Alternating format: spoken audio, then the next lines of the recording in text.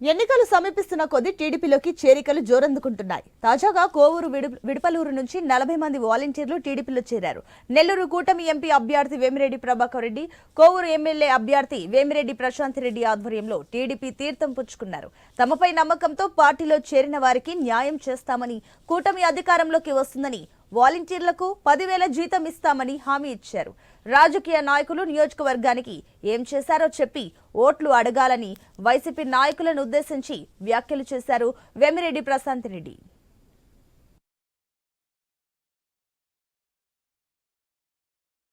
40 మంది వాలంటీర్లు ఒకే పంచాయతీ నుంచి రిజైన్ చేసి తెలుగుదేశం పార్టీలో చేరుతున్నారు. వాళ్ళకి మా దగ్గర నుంచి ధైర్యం ఇస్తామని, సపోర్ట్ ఉంటుందని చెప్పి మా మీద ఉంచిన నమ్మకానికి ధన్యవాదాలు తెలుపుకుంటున్నాను. వాళ్ళందరూ ఇన్ని రోజులు వైఎస్ఆర్సీపీలో ఉండి వాలంటీర్గా పనిచేసి 5,000 జీతంతో పనిచేసి ఇప్పుడు ఈరోజు రిజిగ్నేషన్ ఇచ్చి తెలుగుదేశం పార్టీలో చేరుతున్నారు. నాకు తెలిసి ఇది మొట్టమొదటిగా చంద్రబాబు నాయుడు గారి మీద చాలా నమ్మకంతో వాళ్ళు నేను అడిగాను వాళ్ళని ఎందుకు ఎమ్మెల్యే చేశారని. చంద్రబాబు నాయుడు గారి ప్రభుత్వం వస్తుందని మాకు తిరిగి